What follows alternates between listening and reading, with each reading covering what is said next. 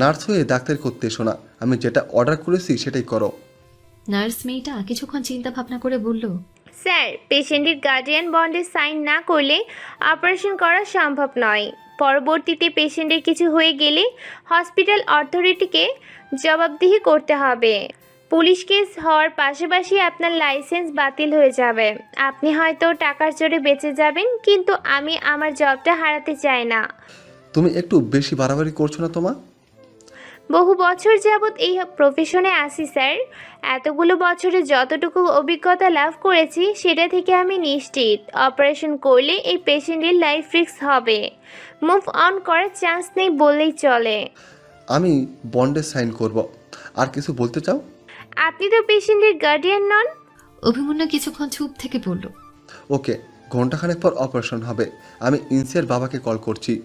1 ঘন্টা পর ডক্টর আমজাদ হোসেন হন্তদন্ত হয়ে হসপিটালে আসলেন। তিনি অভিমন্যুর কেবিনে আসতেই অভিমন্যু তাকে দেখে বলল, চট্টগ্রাম টু ঢাকা প্লেনে আসতে 45 থেকে 50 মিনিট সময় লাগার কথা, এত লেট হলো কেন? এয়ারপোর্ট থেকে গাড়িতে করে আসার সময় রাস্তায় জ্যাম ছিল। এনিওয়েজ, সিয়া কোথায়?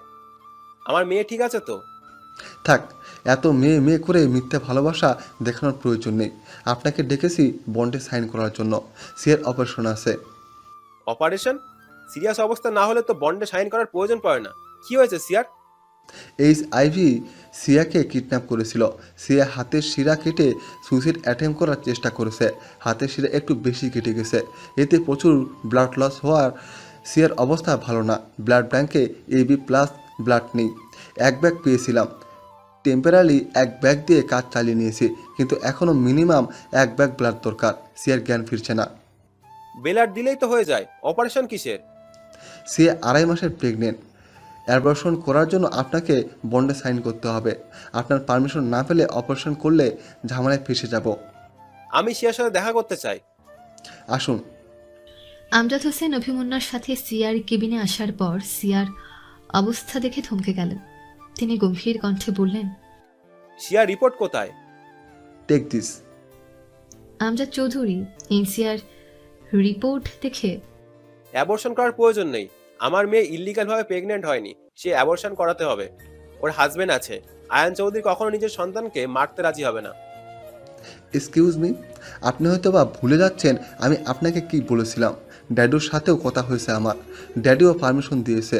শুনুন, আয়ান চৌধুরীর মতো একজন মানুষরূপী পশুর সাথে সিএকে রাখার কোনো প্রয়োজন নেই।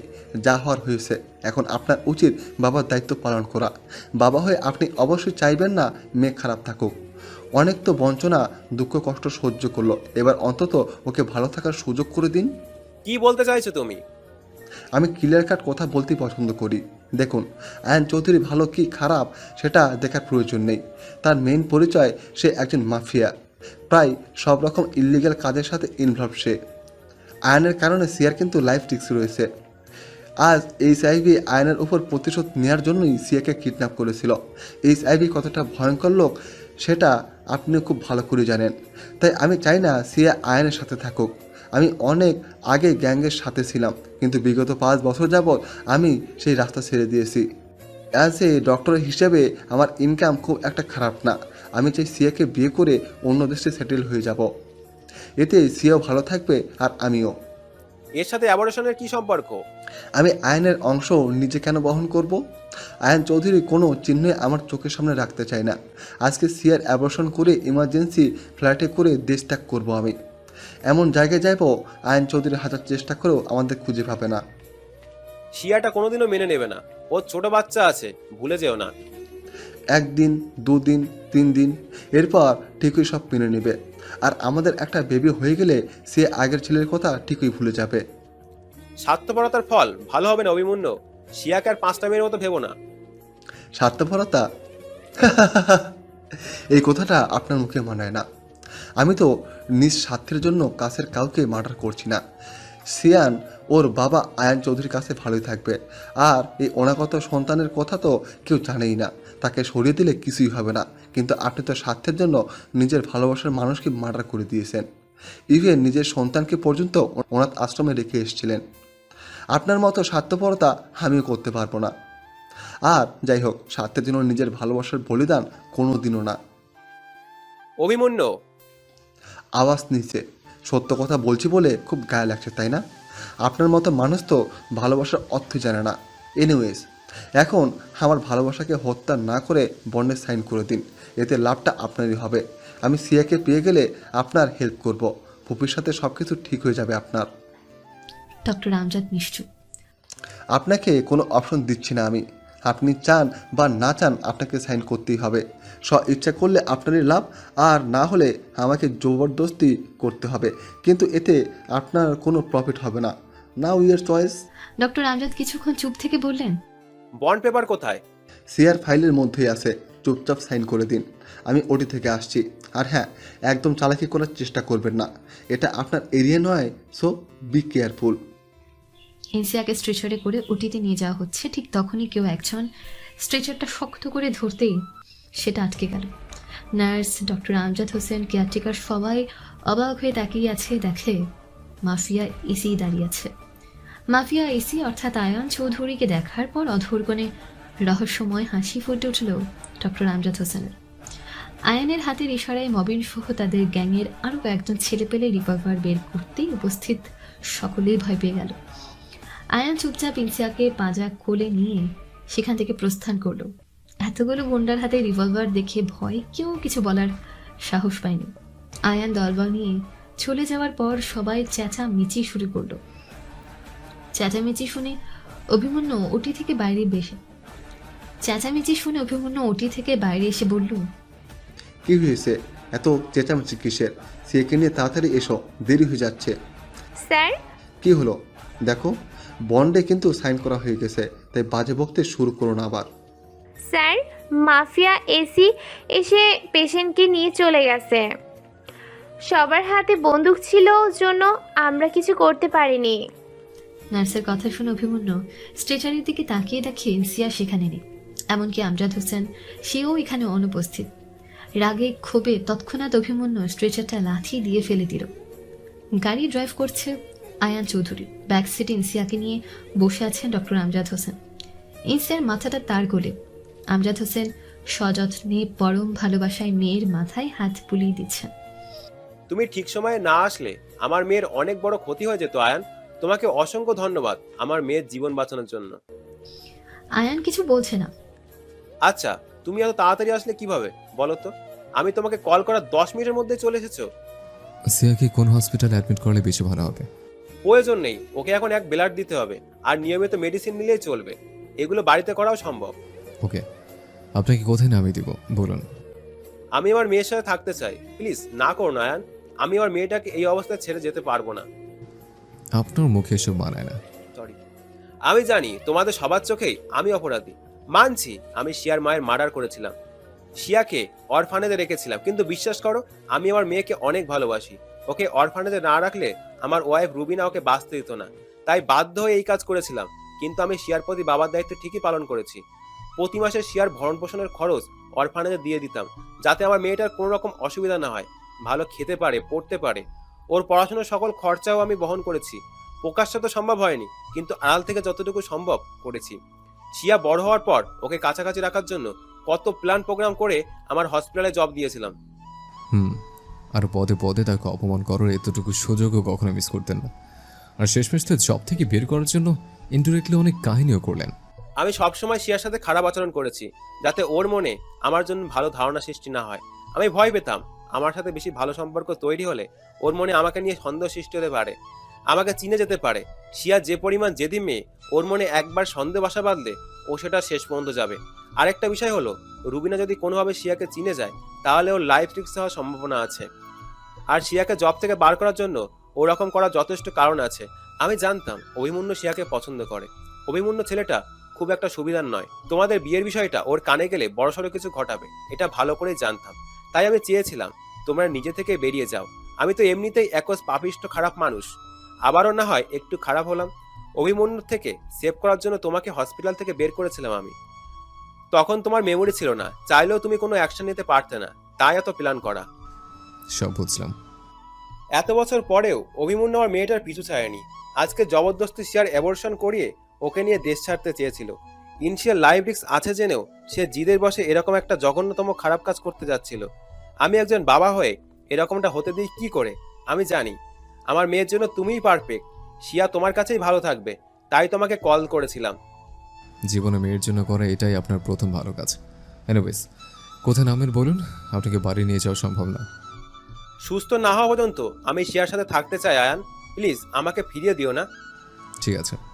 আয়ানের প্রত্যুত্তরে ডক্টর আমজাদ হোসেন খুশি হয়ে বললেন, আমি জানতাম তুমি আমাকে ফেরাবে না। একজন বাবার দুঃখ তুমি অবশ্যই বুঝবে। আয়ান নিশ্চুপ থাকলেও কিছু সময় পর বাঁকা হাসি দিয়ে বলল, ঠিক আছে, বুঝতে পেরেছি। আপনি জায়গার নাম বলবেন না, তাই এখানে নেমে যান।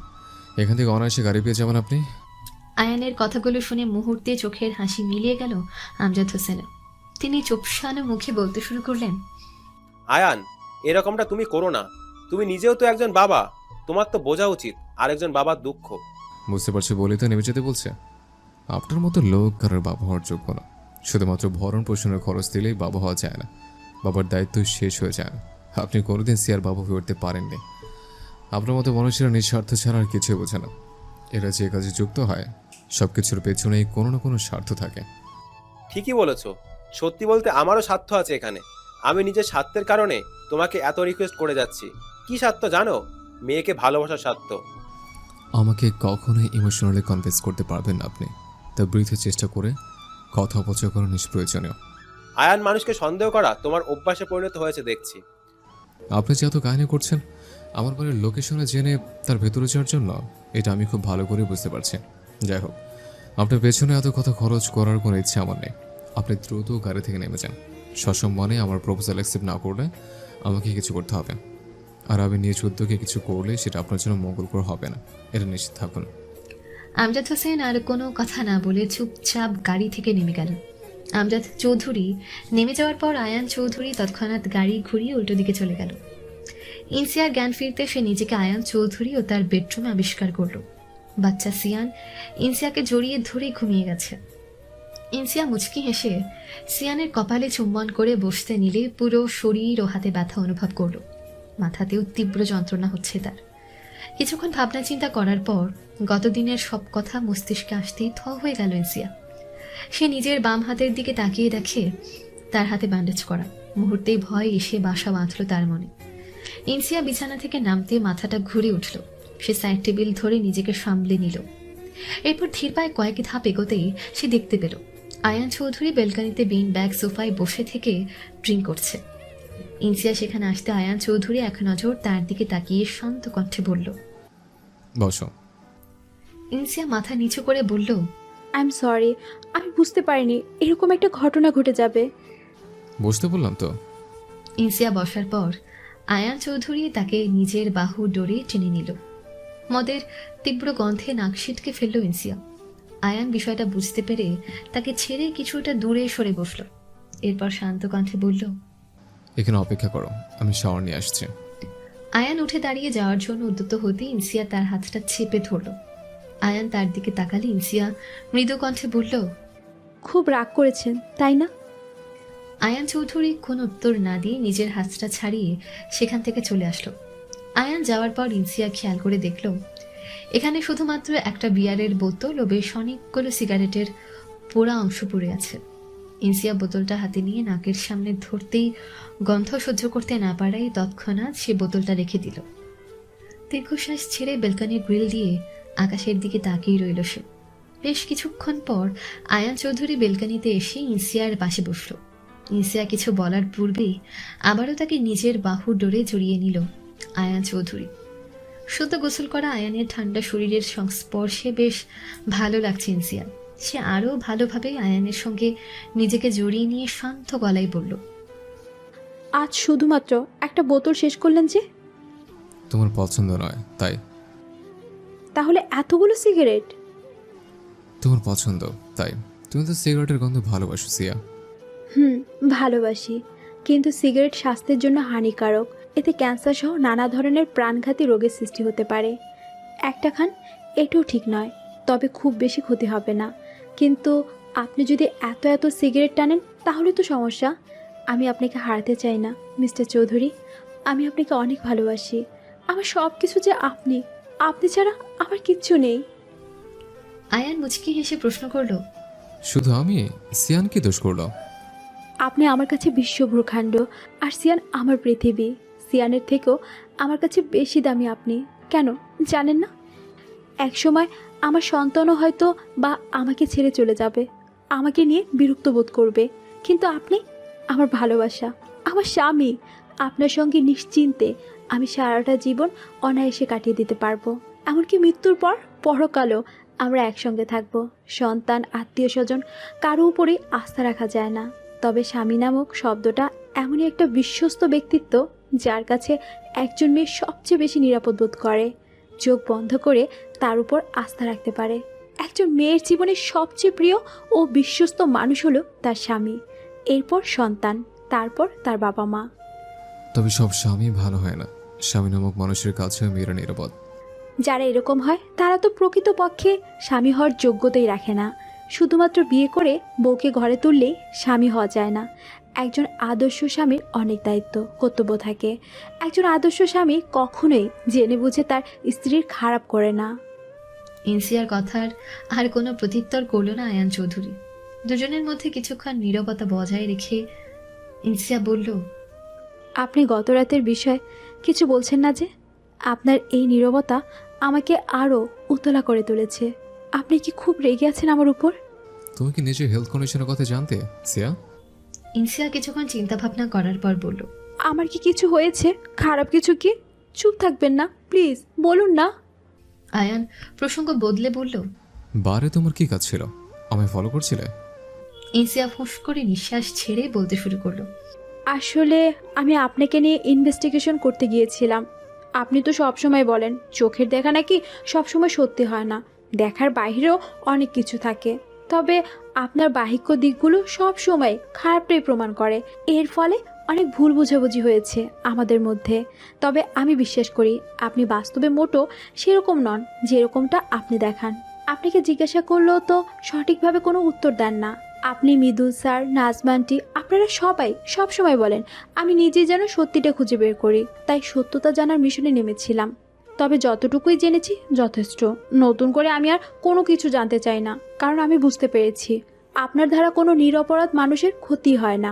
আপনি কারণ ছাড়া কোনো কিছুই করেন না। অপরাধীদের দমন করতে আপনি সর্বদা সোচ্চার।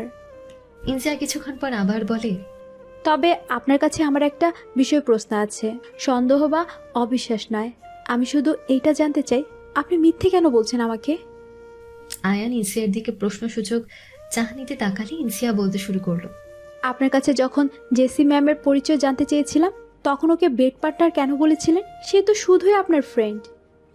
আয়ান কিছুক্ষণ চুপ থেকে বলল, কোনটা আমার সিরিয়াস কথা আর কোনটা রাগের মাথায় বলা কথা, এর পার্থক্য বোঝার মতো ক্ষমতা তোমার এখনো হয়নি। রাগের বসে বলেছিলেন? জানি না। সরি, আমি সেদিন আপনার সম্বন্ধে অনেক খারাপ কিছু ভেবে নিয়েছিলাম। তবে আরেকটা কথা, আপনি যে বাড়ি গিয়ে মেয়েদের নিয়ে ওভাবে রুমে চলে যান, এটা আর করবেন না প্লিজ। খুবই দৃষ্টিকটু দেখায়। আমি তো সেটাই চাই, এমনভাবে তাদেরকে নিয়ে রুমে যাব যাতে করে কেউ বুঝতে না পারে আমরা বিজনেস ডিল করার উদ্দেশ্যে বেরিয়েছি। সেফলি ডিল ফাইনাল করার জন্য এইভাবেই মানুষের চোখে ধোকা দিই। কি দরকার মানুষের সামনে নিজেকে খারাপ প্রমাণিত করার? কারণ খারাপ মানুষের সাথে নতুন করে কোনো খারাপ করা যায় না, কিন্তু ভালো মানুষ হলে তার ভালো মানুষই ও সরলতার উপর বেস করে দুর্বলতাকে খুঁজে বের করে চরম ক্ষতি করা যায়। এই দুনিয়ার সবচেয়ে বিপদগ্রস্ত, ক্ষতির সম্মুখীন তারাই হয় যারা ভালো ব্যক্তিত্বের মানুষ। অথচ খারাপদের দিকে নোটিশ করে দেখো, হাজার অপরাধ করার পরেও তারা ঠিকই বেঁচে যায়। আইনে তাদের সাজা হয় যারা সামান্যতম অপরাধ করেছে। অথচ যারা প্রফেশনালি নানা ধরনের অপকর্মের সাথে জড়িত তারা ঠিকই গায়ে হাওয়া লাগিয়ে নির্দ্বিধায় বাইরে ঘুরে বেড়াচ্ছে। তাদের জন্য আইন কোনো সাজাই দেয় না। তাই আমি সিদ্ধান্ত নিয়েছি খারাপ হয়েই খারাপদেরকে নির্মূল করবো এই সমাজ থেকে। খারাপ হয়েছে বলে লোকের সম্মুখে মারপিট, খুন খারাপি করার পরেও প্রমাণ নষ্ট করে আমাকে ছাড় দেওয়া হয়। অথচ ভালো পথেই কাজে নামলে আজ আমিও অন্ধকার কারাগারেই থাকতাম। কি বুঝলে বলো? আয়ানের প্রশ্নের জবাব দেওয়ার মতন কোনো উত্তর খুঁজে পেল না ইনসিয়া। আয়ান তো ভুল কিছু বলেনি, সে যা বলেছে সেটাই হলো আজকের পৃথিবীর চরম বাস্তবতা। ভালো মানুষের কোনো মূল্য নেই এ সমাজে, তাদেরকে প্রতিটা পদে পদে হেয় প্রতিপন্ন হতে হয়। অথচ যারা খারাপ, দুর্নীতিবাজ, তাদের নামটা কি অন্যরকম। সমাজে সুনামধন্য স্মার্ট ব্যক্তিত্ব তারাই। সিয়া, হুম, সত্যি বিশ্বাস করো আমাকে? অনেক বেশি। তবে এটা স্বীকার করতে আমি বাধ্য। মাঝখানের কিছু সময় আমার মনেও অবিশ্বাস সৃষ্টি হয়েছিল, কিন্তু বর্তমানে তার ছিটে ফোটাও নেই। আয়ান চৌধুরী তার ছেলের হাসি দিয়ে বলল, জানো তো, এই মার্ডারগুলো করতে আমার অনেক খারাপ লাগে। যত নিজেকে শক্ত দেখানোর চেষ্টা করি না কেন, প্রকৃতপক্ষে আমি নিজেও তো একজন রক্তমাংসের মানুষ। আমারও আবেগ অনুভূতি আছে, কিন্তু আমি যে নিরুপায়, তাই কড়া করে ড্রিঙ্কস করার পর এই কাজে নামি, যাতে আবেগ অনুভূতি চাপা পড়ে যায়। কিন্তু সময়ের সাথে সাথে এই ড্রিঙ্কসগুলো আমার শরীরে কাজ করা বন্ধ করে দিয়েছে। এখন আমি একসাথে 6-7টা বোতল শেষ করে ফেললেও সেভাবে নেশা হয় না, হুশ হারাই না। তাই মার্ডারের পরে ভারী এক্সারসাইজ করে পাঞ্চিং ব্যাগে একের পর এক পাঞ্চ করে নিজেকে শান্ত করার চেষ্টা করি। তবে সব কিছুই গোপনীয়। মবিন আর মৃদুল ব্যতীত বাকি সবাই আমার ঘরমুক্ত শরীর দেখে ভেবে নেয় আমি নাকি মার্ডারের আগে ভিক্টিমের সাথে ইন্টিমেট হয়েছে। সে ছেলে হোক বা মেয়ে, সবার সাথেই নাকি আমি এ ধরনের কাজে লিপ্ত হই। আয়ানের কথাগুলো চুপচাপ শুনছে ইনসিয়া, কিন্তু ওর প্রত্যুত্তর করার মতন কোনো শব্দ তার কাছে নেই। আবারও কিছুক্ষণ নীরবতার পর আয়ান চৌধুরী বললেন, তোমাকে ট্রেন করার চেষ্টা করেছিলাম, তুমি কি এতটুকু সেলফ ডিফেন্স শেখোনি? এত পরিশ্রমের ফলাফল পুরোই শূন্য। আমাকে কিডন্যাপ করার পর মুক্ত হওয়ার জন্যই তো প্ল্যান করে আমি আমার হাতের শিরা কেটেছিলাম, যাতে করে ওরা আমাকে হসপিটালাইজড করতে বাধ্য হয়। আমি জানতাম হসপিটাল পর্যন্ত পৌঁছাতে পারলে আপনি ঠিক আমাকে খুঁজে বের করতে পারবেন। এটা সেলফ ডিফেন্স নয়, এটা বোকামি। তোমাকে ট্রেন করা হচ্ছিল ফাইট ব্যাক করার জন্য, নিজের সুরক্ষা নিজের করার জন্য, অন্যের উপর ডিপেন্ডেবল হওয়ার জন্য না। এখানে কখনোই কাউকে স্বেচ্ছায় নিজেকে আঘাত করে মৃত্যুমুখে পতিত হওয়ার শিক্ষা দেওয়া হয় না। ইনসিয়া কোনো উত্তর না দিয়ে মাথা নিচু করে নিল।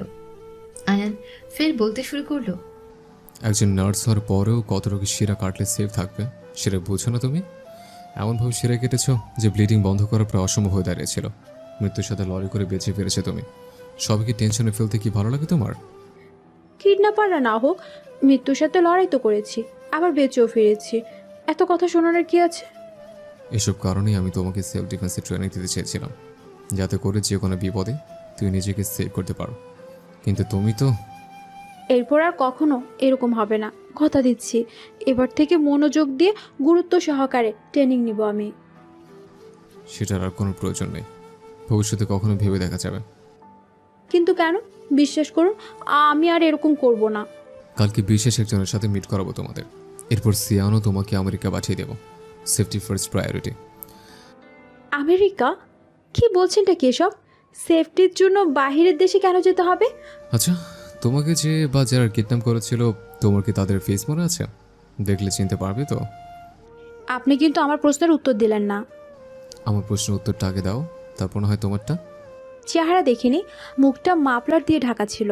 তবে হ্যাঁ, তার নিকনেমটা জানি। আমি অনেকবার পরিচয় জানতে চেয়েছিলাম, কিন্তু ঠিক করে কিছুই বলেনি। শুধু এইটুকু বলেছিল ওনাকে নাকি আন্ডারওয়ার্ল্ডের সবাই HIV নামই চিনে, কিন্তু অরিজিনাল নামটা কিছুতেই বলল না। কি নাম বললে? HIV। শুয়োরের বাচ্চা। কথাটা বলে উঠে দাঁড়ালো আয়ান চৌধুরী। কিডন্যাপের কারণ বলনি? আপনার সাথে আমার কি সম্পর্ক সেটা জানতে চেয়েছিল, বারবার করে প্রেশার ক্রিয়েট করেছিল আমার উপর। আর আর না, কিছু না। সিয়া, আমার কাছে কিছু গোপন করো না, এর ফল ভালো হবে না। তোমার ভুলগুলোর জন্য কত বড় ঝামেলার সৃষ্টি হয় সেটা তুমিও ভালো করে জানো। আসলে আপনার মেমোরি লস হওয়ার পর আমি যে আপনাকে টেক কেয়ার করেছিলাম, এটা নিয়ে আমার উপর ওনার ভীষণ ক্ষোভ। উনি নাকি আমাকে শেষ করে ফেলবেন। আমার জন্য নাকি ওনার মিশন সাকসেসফুল হতে গিয়েও হয়নি। কোন মিশন? আপনাকে মারার মিশন। আপনাকে মেরে আপনার পজিশনটা দখল করতে চান উনি। কিন্তু আমার জন্য নাকি তীরে এসে তরি ডুবেছে, তার কোটি টাকা লস হয়েছে। এবার মিশন হেক্সা কমপ্লিট করব আমি। আয়ানের চোখ মুখ রাগে লালচে বর্ণ ধারণ করেছে, কপাল হাতের শিরাগুলো ফুলে উঠেছে। সে চলে যেতে নিলেই ইনসিয়া তাকে জিজ্ঞেস করলো, কোথায় যাচ্ছেন? সাবধানে থেকো, আমি আসছি। আরে বলে তো যাবেন নাকি? আয়ান কিছু বলার পূর্বেই সিয়ান ঘুম থেকে উঠে কাঁদতে শুরু করলো। আয়ান তৎক্ষণাৎ বিছানার কাছে গিয়ে সিয়ানকে কোলে তুলে নিল। দেখলেন, সিয়ানও চাইছে না যে আপনি বাইরে যান। তুই সিয়ানকে সামলাও, আমি আসছি। আয়ান ইনসিয়ার কোলে সিয়ানকে দিতে গেলে সিয়ান তাকে শক্ত করে জড়িয়ে ধরল। বাবাকে ছেড়ে মায়ের কাছে একদমই যেতে চায় না সিয়ান, কারণ বাবার সাথে তার সখ্যতা বেশি। সিয়ানের কাণ্ড দেখে ফিক করে হেসে দিল ইনসিয়া। সে আয়ানের দিকে তাকিয়ে ভ্রু নাচিয়ে বলল, কি হলো তো? জোর জবরদস্তি রেখে গেলে আপনার ছেলে কিন্তু কান্নাকাটি শুরু করবে, তখন ওকে সামলানো মুশকিল হয়ে যাবে। আয়ান কিছুক্ষণ চুপ থেকে বলল, ঠিক আছে, ওকে রেডি করে দাও। আপনি যেখানে যাচ্ছেন সেই জায়গায় কি সিয়ানের জন্য সেফ? সিয়ানের ছোট থেকে সবকিছুর সঙ্গে অভ্যস্ত হতে হবে। ইনসিয়ার কথা না বাড়িয়ে সিয়ানকে রেডি করে দিল। আয়ান চৌধুরী সিয়ানকে কোলে নিয়ে ইনসিয়ার হাতে একটা মেডিকেল ফাইল ধরিয়ে দিয়ে বলল, এটা দেখো, আশা করি এরপর থেকে নিজের প্রতি আর কেয়ারলেস হবে না, সাবধানে থেকো। কি এটা? আয়ান কোন উত্তর না দিয়ে সিয়ানকে নিয়ে চলে গেল। তারা যাওয়ার পর ইনসিয়া ফাইলটা খুলতেই কতগুলো রিপোর্ট পেপার দেখতে পেল। এর মধ্যে তার প্রেগনেন্সি রিপোর্টটাও রয়েছে। প্রেগনেন্সির কথা জানতে পেরে থপ করে বিছানায় বসে পড়ল ইনসিয়া। ঠিক কেমন প্রতিক্রিয়া করা উচিত সেটাই বুঝে উঠতে পারছে না সে। সবকিছু কেমন যেন অবিশ্বাস্য মনে হচ্ছে। পরদিন দুপুর 12টা, গাড়ির ফ্রন্ট সিটে আয়ান চৌধুরীর পাশে বসে আছে ইনসিয়া। আয়ান সিয়ানকে কোলে নিয়ে ড্রাইভিং করছে। আচ্ছা, কালকে সারাটা দিন গেল, রাত গেল, আপনারা বাড়িতে ফিরলেন না। সিয়ানকে নিয়ে কোথায় ছিলেন আপনি ভালো জানেন। কিছুক্ষণ আগে বাড়ি ফিরে কোনো কারণ না জানিয়ে আমাকে রেডি হতে বললেন। কতবার করে জিজ্ঞাসা করেছি, এখনো বলছেন না। কোথায় যাচ্ছি আমরা? চুপ থাকো, গতকালই তো বললে আমার ওপর নাকি তোমার অগাধ বিশ্বাস। তাহলে এত প্রশ্ন কিসের? কোথায় নিয়ে যাচ্ছে সেটা যাওয়ার পরে জানতে পারবে। এখন আর কথা বলো না, ড্রাইভিংয়ে প্রবলেম হচ্ছে। সিয়ানকে কিছু খাওয়ানোর সময় তো দিলেন না। না জানি কাল থেকে আমার ছেলেটা কি খেয়েছে। সিয়ান তোলা খাবার খেতে বেশি পছন্দ করে। আমি বাবা হয়ে অবশ্যই নিজের ছেলেকে অপুক্ত রেখে কষ্ট দেব না। লজিকলেস কথাবার্তা বন্ধ করে চুপচাপ বসে থাকো। আমার প্রেগনেন্সির কথা জেন আপনি এরকম বিহেভ করছেন। আমি আবারও কনসিভ করায় আপনি খুশি হননি, তাই না? অবশ্য আপনার মতে আমি তো মা হওয়ার যোগ্যতাই রাখি না। সিয়ানকে নিয়ে কম কথা শোনাননি আমাকে। আপনি চাইলে অ্যাবর্শন করাতে পারেন। আয়ান গাড়ি ব্রেক করে ইনসিয়ার দিকে রাগী দৃষ্টিতে তাকিয়ে আছে। খারাপ কথায় কেনে নিতে চাইছো? তুমি ভাবলে কি করে আমি আমার সন্তানকে হত্যা করতে চাই? এরকম মানসিকতা থাকলেও অভিমানুর থেকে তোমাকে সেফ আনতাম না। সঠিক সময়ে আমি না পৌঁছালে ওই জানোর অভিমানু তোমার অ্যাবর্শন করে দিত। ওটির দরজা থেকে রেস্কিউ করে এনেছে তোমাকে। আয়ানের কথাগুলো শুনে তার দিকে বিস্ফোরিত চোখে তাকালো ইনসিয়া। আয়ান ফের বলল, আমি জানি বাচ্চা সামলাতে তুমি একেবারে অদক্ষ, কিন্তু সমস্যা নেই, আমি আছি তো। শুধু একটা কেন, একটা ফুটবল টিম জন্ম দাও, তবু আমার কোনো আপত্তি নেই। সিয়ানের মতো করে তাদেরকে আমি ঠিক সামলে নিতে পারবো। আরেকটা ফুটবল টিম জন্ম দেওয়ার মিশনে নামতে আমার কোনো আপত্তি নেই, ওটা আমার জন্য ভালোই হবে। আয়ানের কথা শুনে লজ্জায় মাথা নিচু করে নিল ইনসিয়া। আয়ান গাড়ি স্টার্ট দিয়ে বলল, এবার যদি আর একটা কথা মুখ দিয়ে বের হয় তাহলে সেটা বন্ধ করার উপায় আমার জানা আছে, সেটা রোমান্টিক হবে। এখন তুমি যদি চাও আমি এরকম কিছু করি তাহলে বকবকানি শুরু করতে পারো। ইনসিয়া আয়ানের কথার অর্থ বুঝতে পেরে আর কিছু না বলে জানলার গ্লাস দিয়ে বাইরের দিকে তাকাতে ব্যস্ত হয়ে গেল। বেশ কিছুক্ষণ পর নিষিদ্ধ পল্লীতে এসে গাড়ি ব্রেক করলো আয়ান চৌধুরী। ইনসিয়া ভরকে গিয়ে বলল, এখানে কেন আসলেন? ভয় লাগছে? না, আমি শুধু জিজ্ঞাসা করেছি মাত্র। গুড। আয়ান একটা নিকাব ও ইনার ক্যাপ ইনসিয়ার হাতে দিয়ে বলল, ইনার ক্যাপটা বেঁধে নেকআপটা পরে নাও, আর ওড়না দিয়ে নিজেকে ভালোভাবে কভার করো, যাতে তোমার শরীরের এতটুকু অংশও দেখা না যায়। কিন্তু কেন? আপনি তো এখানে বিজনেসের কারণে আসছেন। এখানে আমার কি কাজ বলুন তো? কোনো কাজ নেই, কারোর সঙ্গে দেখা করার জন্য তোমাকে এখানে নিয়ে এসেছি আমি। কার সঙ্গে? এখানে আবার এমন কি থাকতে পারে? স্পেশাল কেউ, গেলেই জানতে পারবে। চলো। আয়ান চৌধুরী সিয়ানকে কোলে নিয়ে গাড়ি থেকে বের হলো। তাকে দেখে রাস্তার দুপাশে লাইন দিয়ে দাঁড়িয়ে থাকার মেয়েগুলো মাথা নিচু করে নিল। আয়ান গাড়ির অন্য পাশে এসে ডোর খুলে দিতে ইনসিয়া বাইরে আসলো। মেয়েগুলোর এরকম আচরণ দেখে ইনসিয়া আয়ানের উদ্দেশ্যে প্রশ্ন করল, আচ্ছা, এই মেয়েরা আপনাকে দেখে এভাবে মাথা নিচু করে নিল কেন? আয়ান বাঁকা হাসি দিয়ে বলল, সবই সিস্টেম, আমার সাথে সাথে এসো। আয়ান চৌধুরী সিয়ান ও ইনসিয়াকে নিয়ে বিল্ডিংয়ের ভেতর প্রবেশ করলো। আয়ান সিয়ানকে কোলে করে আগে ভেতরে আসতেই চামিলি বাই তাকে দেখে চমকে উঠল। সে মুখে থাকা পানির পিক ফেলে দিয়ে বলল, আরে আয়ান যে, অনেকদিন পর। তা আজ কোনো মেয়ে জ্বালাতন করেনি তো? আয়ানকে নিশ্চুপ দেখে চামিলি বাই মুচকি হাসি দিয়ে বলল, যাক, ওষুধে তাহলে কাজ হয়েছে। মেয়েগুলোরে এমন স্যান্টিং দিছি না, জীবনে আর কোনোদিন ছাড়ছামি করবে না। আপনার ব্যবসা কেমন চলছে? সব ঠিক আছে তো? তা ঠিক আছে, কিন্তু ওসি আজকাল কমিশন বেশি চাচ্ছে। যা রুজি রোজগারের মধ্যে থাইকা মেয়েগুলো বেতন, কর্মচারীর বেতন দেওয়ার পর কয়টা টাকায় থাকে বলতো? আমার ভাগ্যের অংশ থেকে কিছু টাকা থানার ওসিরে দিই, কিন্তু ওই বাবু সাহেবও আজকাল বেশি বেশি করছে। হুমকি দিছে কমিশন না বাড়াইলে আমার ধান্দা নাকি বন্ধ করে দিবে। ওসিকে তো ভালো অঙ্কে তাকে দেওয়া হয়। ওই তো, এতে তার আর পোষাচ্ছে না, বুঝে নাই। এখন আমি টাকার পরিমাণ বাড়াইয়া দিলে নিজে চলবো কি করে? বাড়ির ট্যাক্স, পানির বিল, বিদ্যুৎ বিল, মেয়েদের সাজগোজের সরঞ্জাম, জামা কাপড়, খাবার দাবার, অন্যান্য খরচ সব মিলিয়ে আমার কাছে খুব কম টাকা থাকে। তুমি তো জানোই আমার এই ধান্দার পিছনে নিজের বড়লোক হওয়ার কোনো ইচ্ছা নাই। আমি ব্যাস ইচ্ছুক মেয়েদের কাজের সুযোগ করে দিই, কাউরে জোর জবরদস্তি করি না। নিজের জন্য সেরকম টাকা পয়সাও রাখি না কোনোদিন। চলার মতন যতটুকু দরকার হয় ততটুকুই। ওকে, আমি বিষয়টা দেখছি।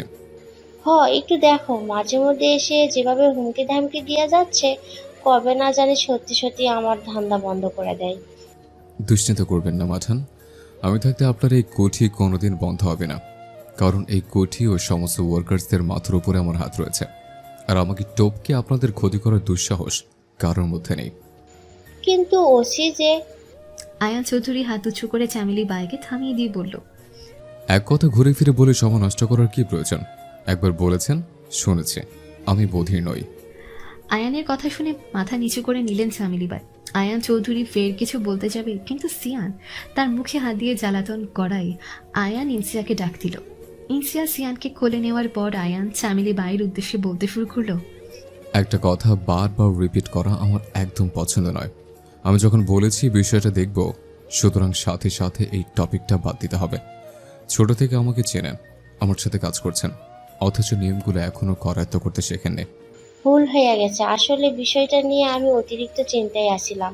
যাই হোক, এতদিন পরে আসলে আলিয়া বেটির সাথে দেখা করার জন্য নাকি? আমাকে একা দেখে কি মনে হয় মেয়ে সাপ্লাই দিতে এসেছে? না মানে তোমার সাথে ওই মেয়েটা। চামেলি বাই পুরো কথা শেষ না করেই থেমে গেলেন।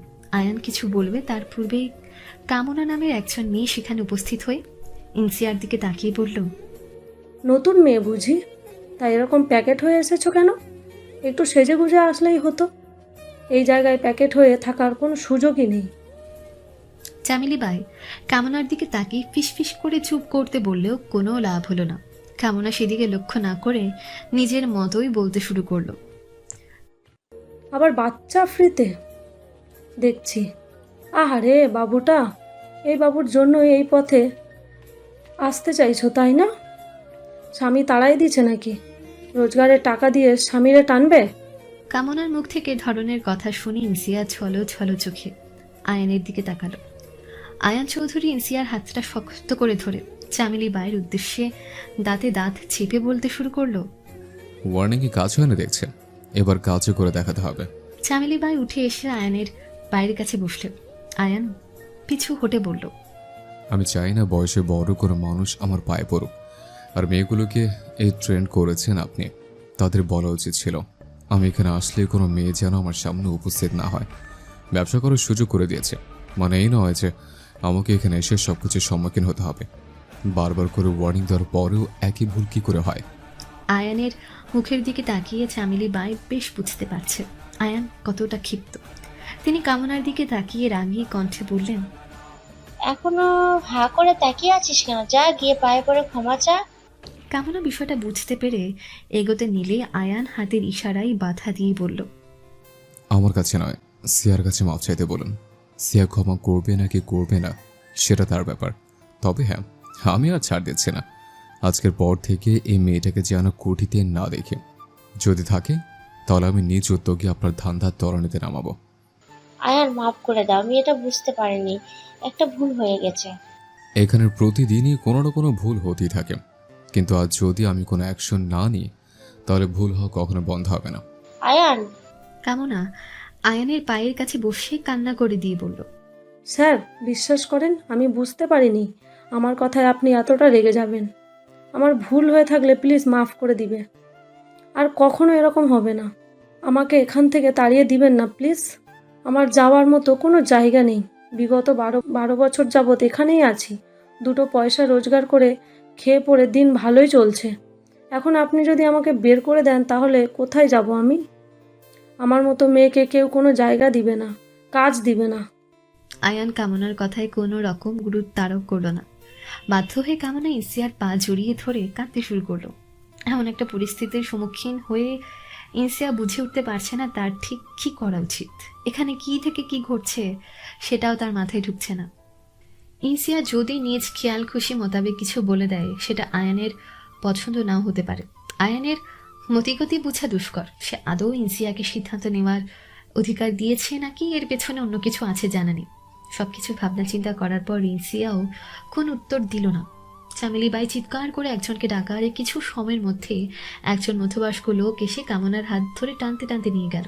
নেক্সট টাইম থেকে সাবধান, এরপর এরকম কিছু ঘটলে আপনার ধান্দা খতম। এনিওয়ে, উনি কোন রুমে আছেন? ওই ঘরে। ঠিক আছে সিয়া, চলো। আয়ান ইনসিয়ার থেকে সিয়ানকে কোলে নিতে চামেলি বাই বললেন। আয়ান, একটা কথা বলবো? আয়ান প্রশ্নসূচক দৃষ্টিতে তাকালে চামেলি বাই বললেন। সত্যি আমিও বুঝতে পারলাম না কে এই মেয়ে, বিশেষ কেউ কি? আয়ান বাঁকা হাসি দিয়ে বলল, ধরে নিতে পারেন, কিন্তু আয়ান চৌধুরীর পার্সোনাল লাইফ নিয়ে কোনো প্রশ্ন করার অধিকার আপনার নেই। নিজের কথা শেষ করে আয়ান চৌধুরী সিয়ান ও ইনসিয়াকে সঙ্গে নিয়ে ভেতরে চলে গেল। তারা চলে যাওয়ার পর তখনকার সেই লোকটা এসে বলল, মাঠান কামানোর কালকুশিতে রেখে আসছি।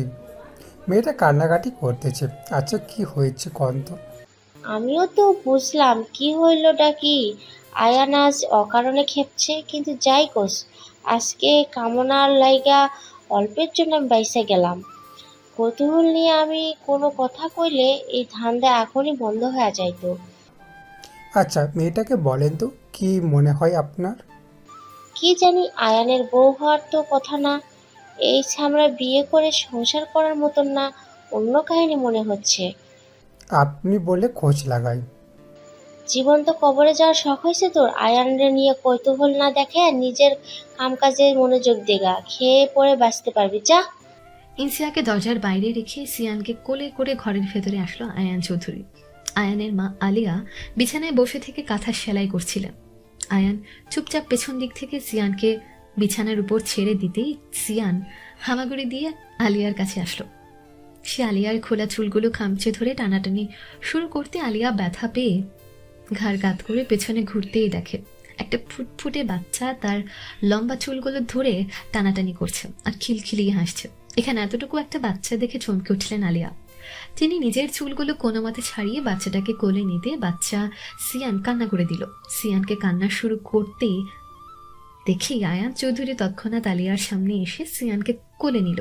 মুহূর্তে কান্না বন্ধ করে আয়ানের গলা জড়িয়ে ধরল সিয়ান। আয়ানকে এখানে দেখে আলিয়া অবাক হয়ে বলল, কে? ইমন নাকি আয়ান? তোদের দুই ভাইকে কোনো কালেই আমি আলাদা করতে পারি না বাপ। আয়ান হতাশ হলেও নিজেকে শান্ত করে বলল, তোমার বড় ছেলে আয়ান চৌধুরী।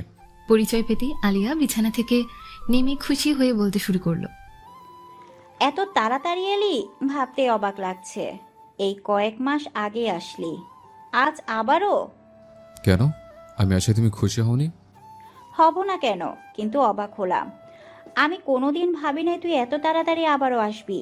তবে কি জানিস বাপ, তোরা দুই ভাই একসাথে আসলে বেশি খুশি হতাম আমি। বহুদিন তোদের দুইটাকে একসাথে দেখি না। ছোট ভাইয়ের সাথে ঝামেলা করেছিস বুঝি? আয়ান ফুস করে নিঃশ্বাস ছেড়ে বলল, খুব শীঘ্রই তোমার ইচ্ছে পূরণ হবে মা। এই কালে না হলেও পরকালে আমরা দুই ভাই অবশ্যই একসঙ্গে তোমার সামনে আসব। আয়ানের কথায় ভালোভাবে মনোযোগ না দিয়ে আলিয়া বলতে শুরু করলেন, কি রে, তোরে না কইছিলাম এবার আসলে বউ নিয়ে আসবি? কোথায় তোর বউ? বউ ছাড়া বাচ্চা নিয়ে ঘুরতেছিস? কেই বাচ্চা? এসব কথা তোমার মনে আছে? বাকি সবার মতো করে তুইও আমায় পাগল ভাবতেছিস নাকি? শোন, আমার মাথা একদমই ঠিক আছে, আমি কিচ্ছু বলিনি। বৌমা কোথায় বল?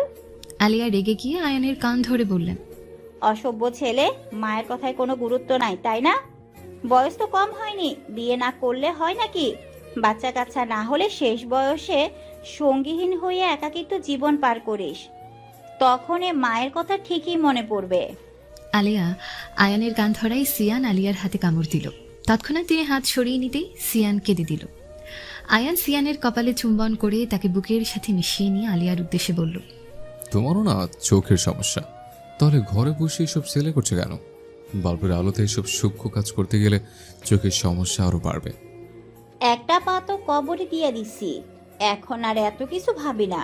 সারা জীবন তোদের জন্য তো কিছু করতেই পারি নাই, তাই ভাবলাম তোদের দুই ভাইয়ের ভবিষ্যতের পোলাপাইনের জন্য কয়েকটা কাঁথা সেলাই করে রাখি। হায়াত মত তো বলে কয়ে আসে না। ও আমার কোনো কথাই কানে যে নিচ্ছিস না, বুঝছি এভাবে হবে না। আমার ঝাঁটাটা কই রে? তোকে এখনই বার করবো এখান থেকে। বউ না নিয়ে এখানে আর কোনোদিন আসবি না।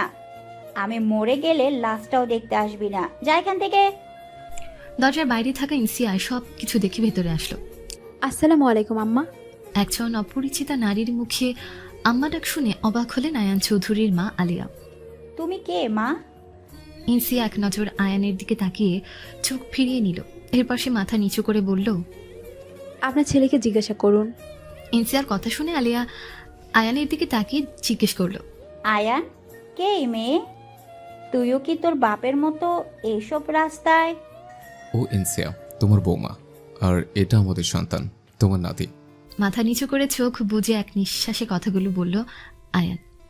অন্যান্য সময় কখনো এমন না হলেও আজ মায়ের সামনে বউ বাচ্চাকে পরিচয় করিয়ে দেওয়ার সময় ভীষণভাবে নার্ভাসনেস কাজ করছিল তার মধ্যে। আয়ানের কথাগুলো শুনে আলিয়া অবাক হয়ে বললেন, কয়েক মাস আগে যখন বিয়ের কথা বললাম তখন তো একবারও বলিসনি তুই বিয়ে করছিস। আর আজকে 1.5-2 বছরের বাচ্চা সহ একজন মেয়েকে নিয়ে এসে বলছিস এরা নাকি তোর বউ বাচ্চা। আমাকে টুপি পরাতে আসছিস? আমি তোকে জন্ম দিছি, তুই আমাকে না। বুঝুং বাজুং বুঝিয়ে আমাকে বোকা বানাতে পারবি না।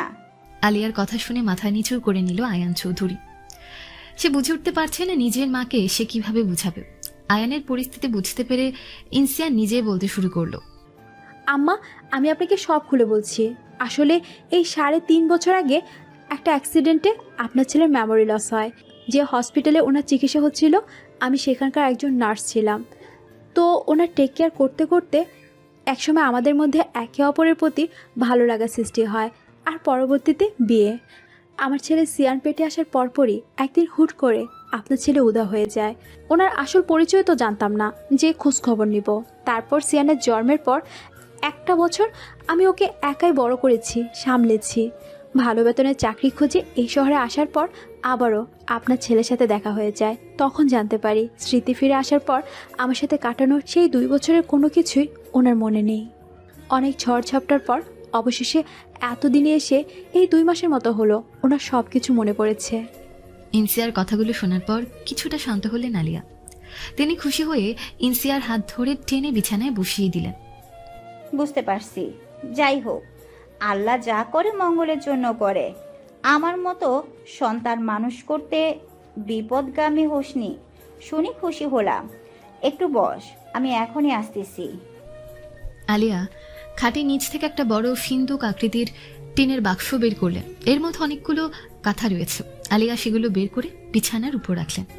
তার একটু খোঁজাখুঁজি করার পর একটা ছোট বাক্স বের করে আনলেন। বাক্সটা খুলে এর মধ্য থেকে একজোড়া মোটা হাতের চুড়ি বের করে ইনসিয়ার হাতে পরিয়ে দিতে দিতে বললেন, এই বালাজোড়া শখ করে বানায়া রাখছিলাম বড় ছেলের বউকে দেওয়ার জন্য। আজ তোমার জিনিস তোমাকে বুঝিয়ে দিতে পেরে হাঁপ ছেড়ে বাঁচলাম মা। অনেক সুখী হও, ভালো থেকো। আর এই কাঁথাগুলো ছেলেদের ভবিষ্যতের ছেলেপুলেদের জন্য সেলাই করছিলাম, এইগুলা নিয়ে যাইও। এরপর তিনি আয়ানের থেকে সিয়ানকে কোলে নিতে সিয়ান কাঁদতে শুরু করলো। আয়ান সিয়ানের উদ্দেশ্যে বলল, কাঁদি না বাবা, ওটা তোমার দিদুন হয়। দিদুনকে হামি দাও, দিদুন তোমাকে অনেক ভালোবাসে। আয়ানের কথা শুনে অবুঝ বাচ্চাটা কি মনে করে কান্না থামিয়ে দিল। এরপর সে কিছু সময় এক দৃষ্টিতে আলিয়ার দিকে তাকিয়ে থেকে তার গালে হামি দিল। আলিয়া ফিক করে হেসে দিয়ে বলল, খুব কলা করতে শিখেছিস দেখছি দাদু ভাই। আমি তোর কথা জানলে তোর জন্য কিছু একটা কিনে এনে রাখতাম, কিন্তু তোকে এখন কি দেই বলতো? দাঁড়া, থাম। আলিয়া বিছানার চাদরের নিচ থেকে একটা 500 টাকার নোট বের করে সিয়ানের হাতে ধরিয়ে দিল। এরপর সে ইনসিয়ার উদ্দেশ্যে বলল, বৌমা, এই টাকা দিয়ে আমার নাতিকে কিছু কিনে দিও। আর আয়ান শোন, আজকে তোর সাথে আমার জরুরি কিছু কথা আছে বাপ। হুম। আমার শরীরটা তো ভালো যাচ্ছে না, কখন কি হয়ে যাবে বলা যায় না। তাই আজকে আমার ছোট ছেলের জন্য রাখা জিনিসগুলান তোর হাতে তুলে দিতে যাচ্ছি। দেখা সাক্ষাৎ হলে ওর জিনিসগুলা ওরে বুঝিয়ে দিস। মা, না করিস না। ইমন আমার উপরে রেগে আছে, এজন্য আমার কাছে একটা বারও আসেও না। কিন্তু আমি তো মা, আমি কি করে আমার নারী ছেঁড়ার ধনরে বঞ্চিত করব? তোরা দুই ভাই আমার কাছে সমান। ইনসিয়া কিছু একটা চিন্তা করে আয়ানের উদ্দেশ্যে বলল। আপনার সাথে আমার কিছু কথা আছে, একটু বাইরে আসবেন? আয়ান ইনসিয়ার বিষয়টা বুঝতে পেরে তার কথার সম্মতি দিয়ে আলিয়ার উদ্দেশ্যে বলল, মা তুমি তোমার নাতির সাথে থাকো, আমরা একটু আসছি। আয়ান ইনসিয়াকে নিয়ে বাইরে আসার পর ইনসিয়া প্রশ্ন করল, এসব কি হচ্ছে বলুন তো? উনি যে আপনার মা হন সেটা আমি বুঝেছি, কিন্তু উনি এরকম একটা বাজে জায়গায় কি করে আছেন? আর এমনটা আবার কে?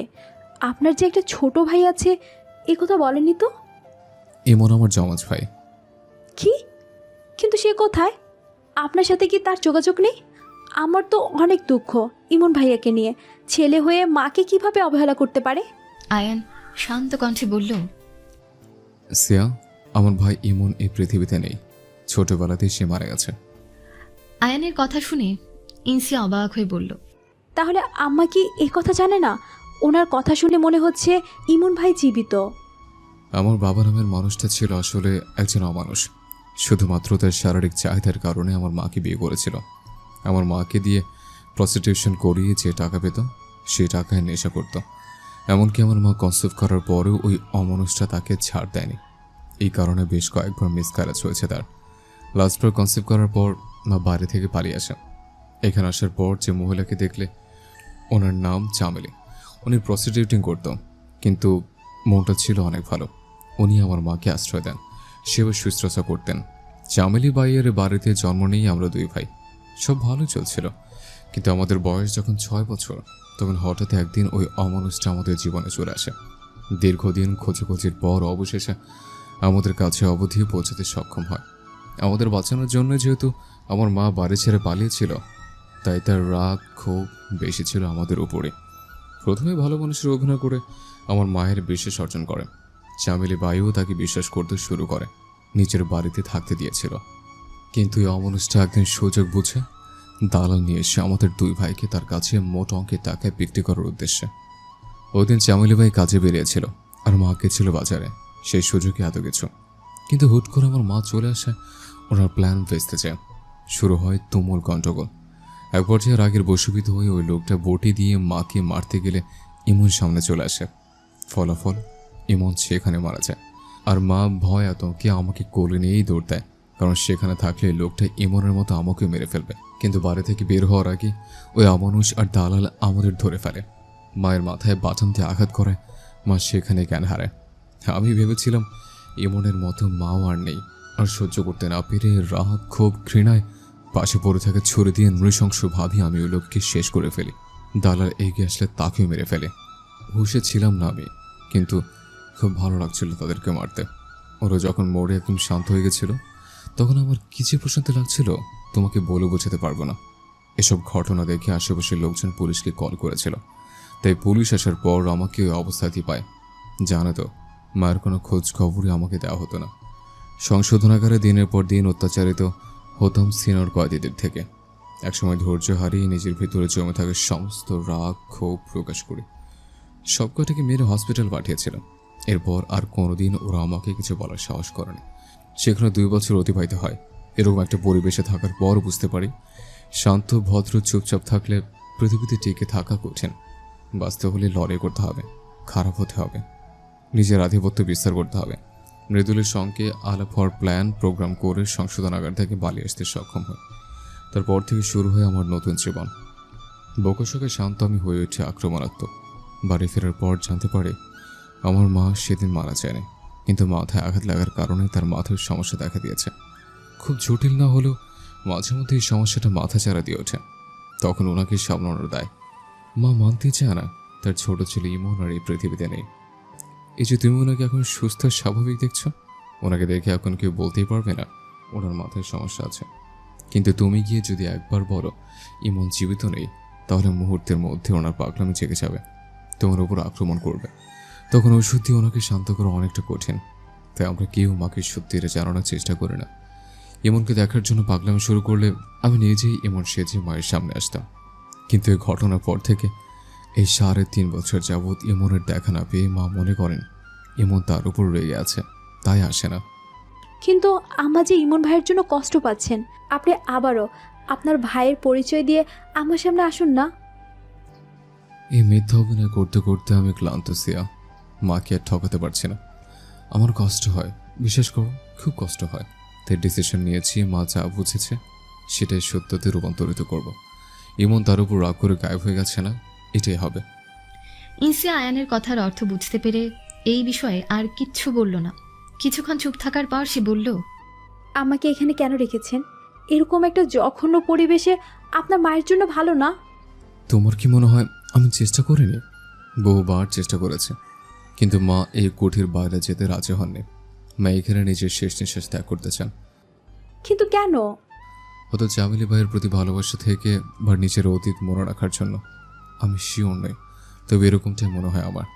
এই পেশাতে এসেই আমাদের 2 ভাইকে বড় করেছে মা, তাই এই জায়গা ও পেশার প্রতি মায়ের আলাদা টান আছে। জামিলি ভাই অনেক উপকার করেছে আমাদের। আমার বেশিরভাগ খরচ উনিই বহন করতেন, তাই ওনার প্রতি সম্মান রাখতেই ওনাকে ব্যবসা করার সুযোগ দিয়েছে। যদি এগুলো পাপ, খারাপ কাজ, কিন্তু কাউকে জোর জবরদস্তি এখানে আনা হয় না। যেসব মেয়েরা অসহায়, স্বেচ্ছায় বেশ আসতে চায়, তাদেরকে এখানে নিয়োগ দেওয়া হয়। আমি কি আম্মাকে বুঝিয়ে বলবো? আমি ওনাকে এই জায়গায় রাখতে চাই না মিস্টার চৌধুরী। আমার মা নেই, শাশুড়ি মাকে মায়ের মতো ভালোবাসা দিয়ে আপন করে নেব। বলে দেখতে পারো, তুমি যদি মাকে মানাতে পারো তাহলে তোমার প্রতি আমি আজীবন কৃতজ্ঞ থাকবো সিয়া। ইনসিয়া মুচকি হাসি দিয়ে আবারও রুমের ভেতর আসলো। আলিয়া সিয়ানকে বিছানায় বসিয়ে দিয়ে তার সাথে ইকির মিকির খেলছে। ইনসিয়া আলিয়ার পাশে বসে বলল, আম্মা, নাতির সাথে সময় কাটিয়ে কেমন লাগছে? আয়ানের ছেলে এত পাকনা হয়েছে কি বলবো। এই বয়সে আমার আয়ান তো কথাই বলতো না সেরকম। অনেক শান্ত আর লাজুক স্বভাবের ছিল আমার ছেলেটা, কিন্তু ওর ছেলে তো দেখছি পুরোই বিপরীত। শাশুড়ির কথা শুনে আয়ানের দিকে তাকিয়ে মিটমিট করে হাসতে শুরু করলো ইনসিয়া। সম্মান বাঁচাতে আয়ান তাড়াতাড়ি করে রুম থেকে বেরিয়ে গেল। ইনসিয়া নিজের হাসি নিয়ন্ত্রণ করে আলিয়ার উদ্দেশ্যে বলল, আম্মা, একটা অনুরোধ করব, রাখবেন? বলো। আপনি আমাদের সাথে বাড়িতে চলুন। আপনার ছেলের এত বড় বাড়ি থাকতে আপনি কেন এখানে থাকবেন? না মা, এটা হয় না।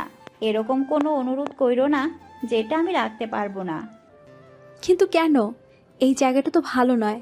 ছেলের নিজস্ব বাড়ি, স্বয়ং সম্পত্তি থাকা সত্ত্বেও আপনি এখানে কেন পড়ে থাকবেন? এসব তুমি বুঝবে না।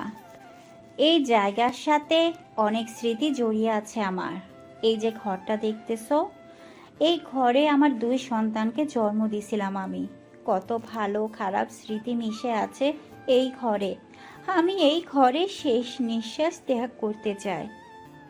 আর আপনার ছেলে যে দিনের পর দিন মায়ের স্নেহ মমতা থেকে বঞ্চিত হচ্ছে, সেটা কি আপনার খারাপ লাগে না?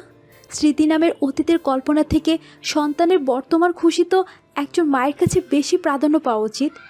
সিয়ানের বাবার জীবনে কয়দিনই বা হলো আমি এসেছি, কিন্তু এতগুলো বছর সে কী পরিমাণে একাকিত্ব অসহায়ত্বর মধ্যে কাটিয়েছে কখনো ভেবে দেখেছেন?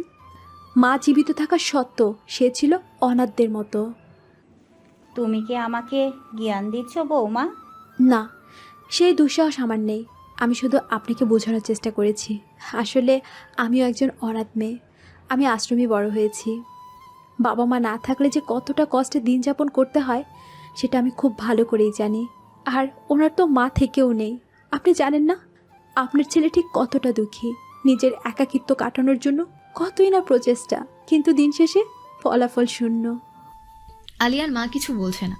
আমি চাই সিয়ানের বাবা সত্যিকারের একটা ভালো গোছালো সুখী পরিবার পাক। মানুষটা ছোটবেলা থেকে অনেক দুঃখ কষ্ট সহ্য করেছে। আর কত, এবার অন্তত ছেলের কথাটা একটু ভাবুন। বৌমা, আপনাকে দেখার পর হঠাৎ কেমন জানি একটা অনুভূতি সৃষ্টি হয়েছে আমার মনে। আমার তো মা নেই, জানি না মায়ের ভালোবাসা কেমন হয়। শুনেছি শাশুড়ি মায়েরও নাকি অনেকাংশে মায়ের মতোই হয়।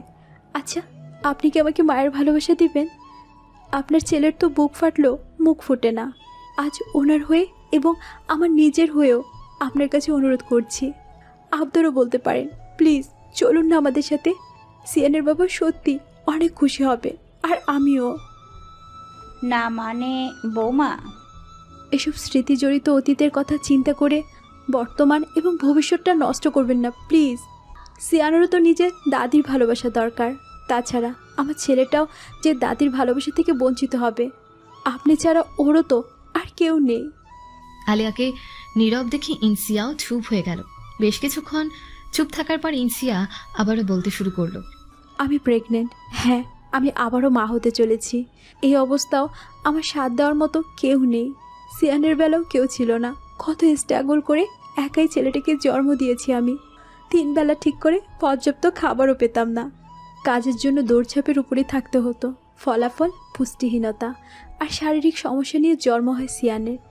আল্লাহ সাথে আছেন বলে আজ আমার ছেলেটা প্রায় পুরোপুরি সুস্থ। কিন্তু এখন যদি প্রেগনেন্সির অবস্থায় আবারও কোনো সমস্যা হয় তাহলে কি হবে? গুরুজনও তো নেই, বৃদ্ধাও কেউ নেই, কার থেকে পরামর্শ নিব? আর সিয়ানটাও তো ছোট। বাচ্চা জন্মের পর আমিও ঠিক করে সিয়ানের দেখাশোনা করতে পারবো না। আপনি থাকলে তো কোনো সমস্যা হতো না, কিন্তু আপনি তো আমাদের সাথে যাবেন না। ইনসিয়ার কথাগুলো শুনে নড়ে চড়ে বসলেন আলিয়া। ইনসিয়া আফসোসের স্বরে বলল, আসলে কিছু মানুষের আপনজন সত্যিকারের নেই, আর কিছু মানুষের থেকেও নেই। আজকে সেই লিস্টে যুক্ত হলো আমার ছেলেটাও। এমন কেন হবে? তুমি মাঝে মধ্যে সিয়ামকে আমার কাছে রেখে যাবে। না না, তোমার আসার দরকার নেই। জায়গাটা তোমার মতো অল্প বয়সী মেয়ের জন্য ঠিক না। আয়ানকে বলো সিয়ানকে নিয়ে আসতে। আপনি কি চান এরকম একটা পরিবেশে এসে আপনার নাতির মস্তিষ্কে খারাপ প্রভাব পড়ুক? এখানে আসা যাওয়া করলে বড় হওয়ার সাথে সাথে ওর মনে খারাপ প্রভাব পড়বেই পড়বে। আলিয়া বেগম কিছু বলছে না। ভাবছি আমার সেকেন্ড বেবি হওয়ার পর সিয়ানকে সামলাবে। প্রথম কিছুদিন তো আমি চাইলেও আমার ছেলেটা টেক কেয়ার করতে পারবো না, আর ওর বাবাও কাজের জন্য সব সময় বাসায় থাকবে না। সিয়ান তো অনেক ছোট, ওর দেখাশোনার জন্য কাউকে না বা কাউকে লাগবেই। আপন মানুষ হলে তার কাছে নিশ্চিন্তে বাচ্চাকে রাখা যায়, কিন্তু আমি যদি একজন বেবিসিটার রাখি তার কাছে তো বাচ্চা নিরাপদ নয়। কে কেমন মানুষ বোঝা বড় দায়। আর সিয়ানের বাবারও তো এমনিতেই শত্রুর অভাব নেই। কে কোন বেশভূষা ধারণ করে আসবে আল্লাহই জানে। ইনসিয়া নিজের কথা শেষ করে আয়ানকে কল করলো। কিছুক্ষণ পর আয়ান চৌধুরী সেখানে উপস্থিত হয়ে বলল, কি হয়েছে সিয়া, সব ঠিকঠাক তো? ইনসিয়া আয়ানকে উদ্দেশ্য করে চোখের ইশারা দিয়ে বলতে শুরু করলো, শুনুন, অনেক সময় হয়ে গিয়েছে, এবার যাওয়া যাক। খুব ক্লান্ত লাগছে আমার। আম্মা তো আর যাবে না, অপেক্ষা করেও লাভ নেই। ইনসিয়ার কথা শুনে হতাশ হলো আয়ান চৌধুরী। ইনসিয়া তার উদ্দেশ্যে ফের বলল, শুনুন, সিয়ানের জন্য একজন ভালো বেবিসিটার খুঁজবেন তো। সিয়ানের দেখাশোনা করার জন্য তো কাউকে প্রয়োজন। ডেলিভারির পর আমি চাইলেও তো টেক কেয়ার করতে পারবো না সেভাবে। কিন্তু সিয়া, বেবি সিটারদের উপর ভরসা করা যায় না, জানো তো সব কিছু। আমার শত্রুর। ইনসিয়ার চোখের ইশারা বুঝতে পেরে আয়ান চৌধুরী কথা ঘুরিয়ে বলল, আচ্ছা ঠিক আছে, আগে বাড়ি ফিরে তারপর দেখছি। চলুন, অনেক ক্লান্ত লাগছে। বাড়ি গিয়ে গোসল করে একটু রেস্ট নেব। আয়ান নিজের মা আলিয়ার কাছ থেকে সিয়ানকে কোলে নিল। এরপর সে মায়ের উদ্দেশ্যে বলল, আজকে তাহলে আসে, অন্যদিন আসবো। আর তোমার ওষুধ শেষ হয়ে গেলে মাঠানকে বলো মৃদুলকে জানাতে। আম্মা, নিজের খেয়াল রাখবেন, আসছি। আয়ান ও ইনসিয়া আলিয়ার কামরা থেকে বের হয়ে আসলো। ইনসিয়া ব্যর্থতার স্বরে বলল, ক্ষমা করবেন, আমি চেষ্টা করেছিলাম কিন্তু লাভ হয়নি। আমার নাছর বান্দা, সে এখানেই থাকবে। আয়ান ফোঁস করে নিঃশ্বাস ছেড়ে বলল, আমি জানতাম এমনই হবে, তাই মাকে বোঝানোর চেষ্টা অনেক আগে ছেড়ে দিয়েছি। ইনসিয়ার কোনো প্রত্যুত্তর না করে আয়ানের পিছু পিছু হাঁটা দিল। তারা বের হওয়ার সময় চামেলি বাই বললেন, আয়ান, আয়ান চৌধুরী পেছনে ঘুরতেই চামেলি বাই বলতে শুরু করলেন, আলিয়া বেটি তো এখন মোটামুটি ভালোই আছে। তোমার সাথে আবার ইমনকে নিয়ে চিল্লাচিল্লি করেনি তো? না, ওনাকে দেখে রাখবেন, কোনো অযত্ন যেন না হয়। চামেলি বাই ইনসিয়ার হাতে আলিয়ার দেওয়া বালা ঝোড়া আর কাঁথার ব্যাগ দেখে মুচকি হেসে আয়ান চৌধুরীর উদ্দেশ্যে বলল, ঠিকই ধরেছিলাম মেয়েটা বিশেষ কেউ। তোমার সাথে বেশ মানিয়েছে। আলিয়া বেটির চাওয়া পূরণ হলে অবশেষে। আর বাচ্চাটাও তোমার মতোই হয়েছে দেখতে। আয়ান কোনো উত্তর না দিয়ে ইনসিয়ার হাত ধরে হাঁটা দিল। ড্রাইভিং করছে আয়ান চৌধুরী। এতক্ষণ যাবৎ ইনসিয়া একটাও কথা বলেনি। আয়ানের মা আলিয়াকে মানাতে ব্যর্থ হয়ে তার খুবই খারাপ লেগেছে। নিজ শাশুড়িকে ওরকম একটা পরিবেশে কিছুতেই মানতে পারছে না সে। আয়ান গাড়ি ব্রেক করে ইনসিয়ার উদ্দেশ্যে বলল, এরকম আপসেট হয়ে আছে কেন? এত কিছু চিন্তা করার কোনো মানেই হয় না। মা দীর্ঘদিন যাবৎ ওখানে আছে, ভালোই আছে। তার ইচ্ছের বিরুদ্ধে গিয়ে জোর জবরদস্তি তো নিয়ে আসা যায় না। আর মায়ের মেন্টালি প্রবলেম আছে, বেশি বাড়াবাড়ি করতে গেলে সে পাগলামি শুরু করে দিবে, তখন সামলানো কঠিন। তুমি মায়ের পাগলামিগুলো দেখোনি বলে কিছু বুঝতে পারছো না। রিল্যাক্স থাকার চেষ্টা করো। আচ্ছা, স্বামী সন্তান শাশুড়ি নিয়ে সাধারণ সুখের সংসার কি আমি কখনোই পাবো না? বিশ্বাস করুন, সাধারণভাবে সুখে শান্তিতে জীবনযাপন করার খুব শখ আমার। এত ভয় ডর নিয়ে বেঁচে থাকা যায় না। আয়ান দীর্ঘশ্বাস ছেড়ে বলল, সবার জীবনযাত্রা এরকম হয় না সিয়া। প্রফেশনের কারণে প্রতিটা মানুষই আলাদা ধরনের জীবনযাপন করে। আন্ডারওয়ার্ল্ড ছেড়ে দিয়ে শুধু বিজনেস করুন না, তাহলেই তো হয়। সেটা সম্ভব নয়। আমি নিজের কাছে প্রতিজ্ঞাবদ্ধ, আন্ডারওয়ার্ল্ড থেকে সাধারণ মানুষের পাশে দাঁড়াবো। জীবন দিতে হলেও দিব, কিন্তু আন্ডারওয়ার্ল্ড ছেড়ে দেওয়া আমার পক্ষে অসম্ভব।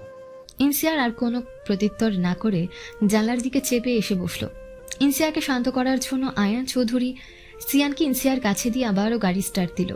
কিছুক্ষণ পর সে একটা রেস্টুরেন্টের সামনে গাড়ি থামিয়ে বলল, ক্ষুধা লাগছে তো, চলো যাও যাক। আপনার খেতে ইচ্ছে হলে খান, আমার ক্ষুধা নেই। মানুষের মুখের দিকে তাকালে বুঝতে পারি আমি। অভিনয় না করে বাইরে আসো। আয়ান চৌধুরী গাড়ি থেকে নেমে ইনসিয়ার পাশের ডোরটা খুলে দিয়ে সিয়ানকে কোলে নিয়ে বসল। কি হলো, বের হও। ভালো লাগছে না, প্লিজ। সিয়া, একটা জিনিস নোটিস করেছ? কি? কনসেপ্ট করার পর থেকে তোমার ভমিটিং ধীরে ধীরে কমে যাচ্ছে। এই যে গাড়িতে বসে জার্নি করছো, একবার ভমিটিং করলে না। কিন্তু আমার অন্য কিছু মনে হচ্ছে জানো। আই থিঙ্ক পেটে কোনো খাবারই আর অবশিষ্ট নেই, যা ছিল বেবি খেয়ে নিয়েছে। তারা এখন অভুক্ত, তাই আর ভমিটিং হচ্ছে না। এখন কি করা উচিত বলো তো? খাবার খেয়ে বেবি এবং পেট দুটোকেই অভুক্ত থেকে মুক্তি দিতে হবে। ইনসিয়ার রেগে গিয়ে বলল,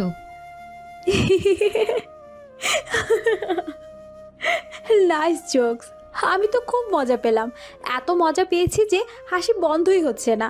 যেটা পারেন না সেটা বৃথা চেষ্টা করে নিজেকে গর্দ পরিচয় দিবেন না। সবাইকে সব কিছুতে মানায় না, আর সবার দ্বারা সব কিছু সম্ভব নয়। আমি ছোট বাচ্চা নই যে আপনার এ ধরনের উল্টাপাল্টা কথা শুনে গলে যাব। ঠিক আছে, বেশি কথা না বলে বের হও। না হলে কি? না হলে বুঝতে কেন পারছো না?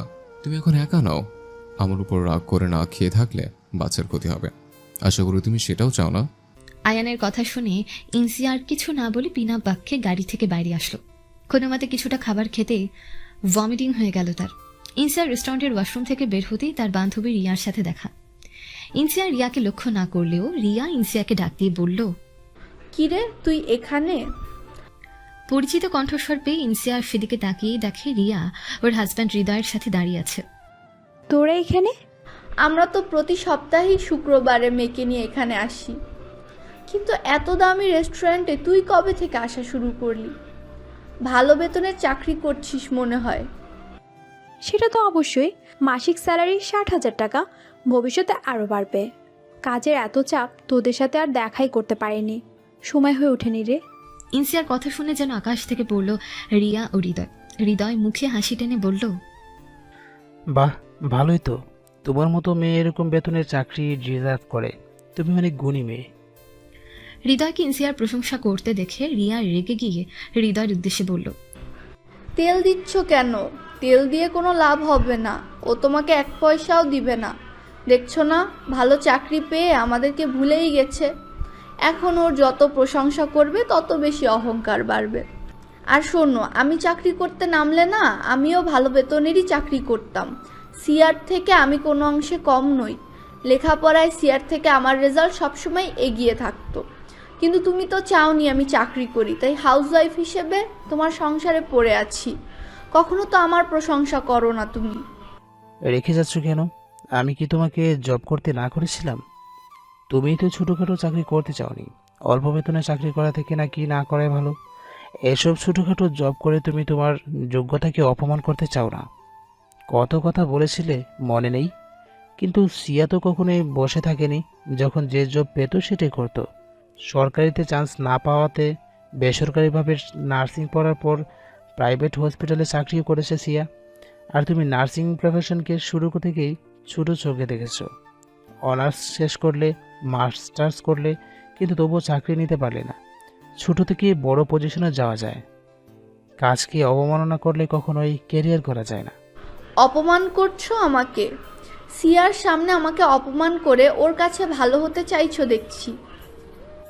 সিয়ার জন্য যখন এতই গর্ববোধ করো, তাহলে ও যখন ছেলেকে নিয়ে আমাদের বাড়িতে উঠেছিল তখন ওর থাকা নিয়ে আমার সাথে ঝামেলা করতে কেন? নিজে কিছু না বলে আমাকে ফোর্স করতে সিয়াকে বের করে দেওয়ার জন্য। বুঝতে পারছি সিয়ার কাছে যখন জব ছিল না তখন ওকে ভালো লাগেনি, আর আজ যখন শুনলে সিয়া মোটা টাকার স্যালারিতে জব করছে তখন ঠিক ভুল বদলে ফেললে। বাহ, অসাধারণ। রিয়া, তুমি কিন্তু বেশি বেশি বলছো। তুমি তো নিজে প্রতিদিন সিয়াকে নিয়ে আমার কাছে নালিশ করতে, ওরা থাকায় তোমার নাকি অনেক অসুবিধা হচ্ছে, বেশি করে রান্না করতে হয়, ওর বাচ্চা সামলানোর প্যারা ভালো লাগে না। ওর জায়গায় অন্য ভাড়াটিয়া তুললে বেশি ভাড়া পাওয়া যেত, কত কি। রিয়া ও হৃদয়ের মাঝে তর্কাতর্কি দেখে ইনসিয়া কিছুটা চিৎকার করে বলল, হয়েছে, থাম তোরা। এটা রেস্টুরেন্ট, তোদের বাড়ি নয় যে এভাবে ঝগড়াঝাটি করবি। সবাই দেখছে।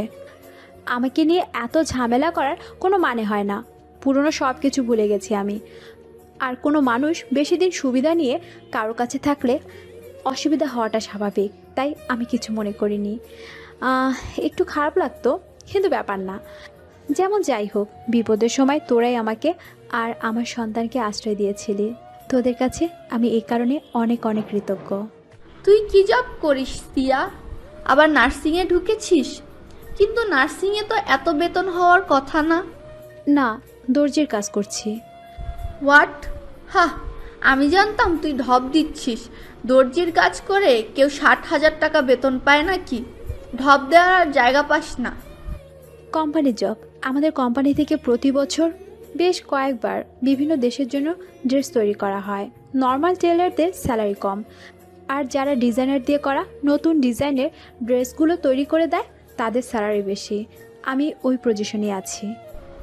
ও আচ্ছা, দাঁড়িয়ে দাঁড়িয়ে কথা বলবো নাকি? চলো ওখানে গিয়ে বসি, টেবিল বুক করাই আছে। তোমার মেয়ে আগে বাথরুম থেকে বের হোক, তারপর যাই। বাইরে এসে আমাদের না দেখলে ভয় পাবে। তো সিয়া, তোর ছেলে সিয়ান কোথায়? কার কাছে রেখে আসছিস? সিয়ান ওর বাবার কাছে আছে। আমি আমার হাজবেন্ডের সাথে এখানে এসেছি। আবার বিয়ে করেছিস? বাহ, ভালো তো। দেখলে হৃদয়, ভালো চাকরি পেতে না পেতেই এই অবস্থা। জ্ঞানের কথা বলার সময় কত কি, কিন্তু দিন শেষে সিয়া নিজেই আরেক জায়গায় বিয়ে করে নিল। ভেতরে ভেতরে রাগ হলেও নিজেকে যথাসম্ভব শান্ত রাখার চেষ্টা করছে ইনসিয়া। সে চায় না এই মুহূর্তে এই পাবলিক প্লেসে কোনো প্রকার সিন ক্রিয়েট করতে। ইনসিয়া জোরপূর্বক মৃদু হাসি টেনে বলল, আমাকে নিয়ে তুই এত বাজে ধারণা পোষণ করিস বুঝতে পারিনি। তোর কথাবার্তা শুনে মনে হচ্ছে আমার উপর তোর পার্সোনালি অনেক রাগ আছে, যদিও কারণটা আমার অজানা। যাই হোক, শোন, আমি অন্য কোনো পুরুষকে বিয়ে করে নিজের জীবনে নিয়ে আসিনি। আমার জীবনের প্রথম এবং শেষ পুরুষ একজনই, সে হলো সিয়ানের বাবা। সে ছাড়া অন্য কারোর সাথে নিজেকে কল্পনা করতে পারি না। এর মানে তোর ওই বেঈমান কাপুরুষ স্বামী তোর জীবনে ফিরে এসেছে নাকি? অবশ্য আসবারই কথা। তখন তুই প্রেগনেন্ট, ভালো কাজ নেই, তাই ছেড়ে চলে গেছিল। আর এখন মোটা বেতনের চাকরি করছিস, লোভে পড়েই তো ফিরে আসবে। এর থেকে ভালো আমার ভাই সৌরভকে বিয়ে করে নিতি। সৌরভ তো তোকে কম ভালোবাসতো না, তোর জন্য আমার ভাই সৌরভ এখনো বিয়ে করেনি। বুঝলাম, সেই পুরনো ক্ষোভের কারণে আমার সাথে এরকম করছিস। শোন রিয়া, একতরফা ভালোবাসা কখনো পূর্ণতা পায় না। তোর ভাইকে আমি ভাইয়ের চোখে দেখতাম, তার প্রতি কখনো অন্য কিছু ফিল করিনি। সে যদি এখন আমাকে পছন্দ করে তাতে আমার করার কি আছে? প্রপোজ করার পর সরাসরি বলে দিয়েছিলাম তাকে আমি ভাইয়ের মতো সম্মান করি, তাই সে যেন দ্বিতীয়বার এ ধরনের কথা বলে আমাকে বিব্রত না করে। আমি তাকে মিথ্যে আশ্বাস দিয়ে ঠকাইনি। এখন সে যদি দেবদাস হয়ে দিন যাপন করে, এতে আমার দোষটা কোথায়? নিজের মেন্টালিটি ঠিক কর রিয়া। অনেক কিছু বলেছিস, চুপ আছি বলে মনে করিস না আমি দুর্বল হয়ে গেছি। আমি ইনসিয়া, আগেও যেমন প্রতিবাদী ছিলাম এখনও আছি, কিন্তু জায়গা বুঝে কথা বলা উচিত, তাই কিচ্ছু বলছি না। এইটুকু ভদ্রতাবোধ থাকলে আশা করি তুইও এবার থেমে যাবি। ইনসিয়া ঠান্ডা মাথায় করা অপমানে বেশ অপমানিত বোধ করলো রিয়া। রিয়াকে কিছু বলার সুযোগ না দিয়ে হৃদয় বলতে শুরু করলো। রিয়ার কথা আসলে নিও না সিয়া, ও তো সারা জীবনই এরকম। আচ্ছা, তোমার হাজবেন্ডের সাথে মিট করাবে না? অবশ্যই, কেন নয়, কিন্তু আমি চাই না রিয়া ওনার সামনে যাক। ইনসিয়ার কথায় রিয়া রেগে গিয়ে বলল, কেন রে, আমি গেলে তোর বরকে ছিনিয়ে নিব নাকি? এত সন্দেহ তার প্রতি? বাহ রে, কি চিপ মেন্টালিটি তোর। ইনসিয়া বাঁকা হাসি দিয়ে বলল, এসব নিয়ে আমার ভাবার প্রয়োজন পড়ে না, কারণ আমার হাজবেন্ড এরকম নয়। আমি তো ব্যাস। আর সেফটির কথা ভাবছিস? কি বলবো তোকে, আমার হাজবেন্ড আমাকে একটু বেশি ভালোবাসে, তাই আমাকে কেউ কটু কথা বললে সে মেনে নিতে পারে না। বলা তো যায় না, রাগের বশীভূত হয়ে সে আবার না কারো ক্ষতি করে দেয়। ভয় দেখাচ্ছিস? তোর হাজবেন্ড মাফিয়া নাকি গুন্ডা যে আমার ক্ষতি করতে আসবে? নিজেদের খুব বড় কিছু মনে করছিস মনে হয়। হৃদয় বিরক্ত হয়ে বলল, ঠিক এই কারণেই তোমাকে নিয়ে বাইরে আসতে ইচ্ছে করে না, যেখানে সেখানে গিয়ে ঝামেলার সৃষ্টি করো তুমি। সিয়া চলো তো, তোর হাজবেন্ডের সাথে একটু আলাপ করে আসি। অবশ্যই। রিয়া নিজের মেয়ের জন্য সেখানেই অপেক্ষা করছে। হৃদয় ইনসিয়ার সাথে তাদের বুকিং করা টেবিলের কাছে আসলো। ইনসিয়ার পাশে অপরিচিত এক পুরুষকে দেখে অবাক হলো আয়ান। সে ইনসিয়ার দিকে তাকিয়ে প্রশ্ন করলো, সিয়া, কে এই ছেলে? তোমার সাথে আগে কখনো দেখিনি। ও হলো হৃদয়, আমার কলেজ জীবনের ফ্রেন্ড। কই, তুমি তোর বিষয়ে কোনো কিছু বলনি? ইনসিয়া আর হৃদয় চেয়ারে বসার পর ইনসিয়া বলতে শুরু করলো, আমি তো প্রাইভেটভাবে নার্সিং পড়েছি, আর তার পাশাপাশি অনার্সে ভর্তি হয়েছিলাম পরবর্তীতে। সেখানে আমরা একসঙ্গে পড়াশোনা করেছি। আমি, রিয়া, হৃদয়, প্রিয়াঙ্কা, তুষার, আকাশ আর এনা অনেক ভালো বন্ধু ছিলাম। কলেজ লাইফে একসঙ্গে থাকতে থাকতে রিয়া আর হৃদয় একে অপরকে ভালোবেসে বিয়ে করে নিয়েছিল। তুষার আর প্রিয়াঙ্কা একে অপরকে পছন্দ করলেও কখনো প্রকাশ করেনি, কিন্তু একই হসপিটালে চাকরি পাওয়ার পর একে অপরের কাছে ভালোবাসার কথা কনভেস করেছে। কিন্তু অ্যানা আর আকাশের সঙ্গে যোগাযোগ বিচ্ছিন্ন হয়ে যায়। পরবর্তীতে অ্যানার সঙ্গে যোগাযোগ হলেও আকাশের সঙ্গে কখনো যোগাযোগ হয়নি। ও ওকে, তোমাদের ফ্রেন্ড সার্কেল তাহলে বেশ বড় ছিল। হৃদয় মুচকি হেসে আয়ানের উদ্দেশ্যে বলল, আপনি জিতেছেন ব্রাদার। ইনসিয়ার মতো মেয়েকে বিয়ে করেছেন, এটা অনেক বড় ব্যাপার। আমরা তো কখনোই ভাবিনি আমাদের সিয়া কখনো বৈবাহিক সম্পর্ক জড়াবে। কেন? কলেজ লাইফে অনেকগুলো প্রপোজাল পেয়েছে, কিন্তু কখনোই অ্যাকসেপ্ট করেনি। রিয়ার কাজিন সৌরভ আমাদের এক ইয়ারে সিনিয়র ছিল। সৌরভ সিয়াকে পটানোর জন্য কম কিছু তো আর করেনি, মরতে বসেছিল, কিন্তু সিয়া তবুও তাকে অ্যাকসেপ্ট করেনি। অ্যাকচুয়ালি সিয়া কখনো কোনো প্রকার সম্পর্কে জড়াতে চায়নি। বেচারা সৌরভ ভাই আজও দেবদাস হয়ে রয়ে গেল। চুপ কর না হৃদয়, পুরনো কাসুন্দি ঘেটে কিলাম। আমি তো সৌরভ ভাইকে বলিনি আমার জন্য অপেক্ষা করতে। সে যদি এখন এরকম করে তাতে আমার কোনো কিছুই করার নেই। আর আমি সম্পর্কে জড়াতে ভয় পেতাম, এটা ঠিক। তবে যাকে বড় ভাইয়ের সম্মান দিতাম তাকে নিয়ে অন্য কিছু কল্পনা করা আমার জন্য অপ্রীতিকর। হ্যাঁ, সেই বিতু ইনসিয়া শেষমেশ সম্পর্কে জড়িয়ে গেল। সিয়াকে জয় করা সহজ ছিল না, আমাকে বেশ স্ট্রাগল করতে হয়েছে। সিয়া যে কঠিন হৃদয়ের মেয়ে সেটা আমিও বেশ ভালো করেই জানি। আপনার সাথেও? আচ্ছা ব্রাদার, সত্যি করে একটা কথা বলুন তো, সিয়া কি আপনার সঙ্গেও পায়ে পা বাঁধিয়ে ঝগড়া করে?